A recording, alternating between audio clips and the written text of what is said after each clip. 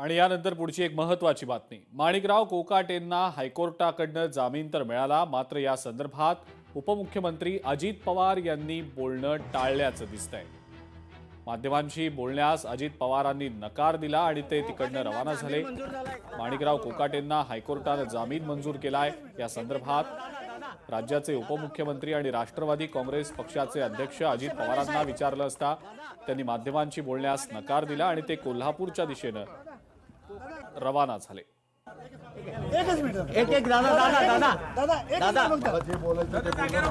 हो दादा पक्ष प्रवेश आहे दादा कोकाटेंना जामीन मंजूर झालाय दादा एक दादा दादा दादा दादा हो दादा।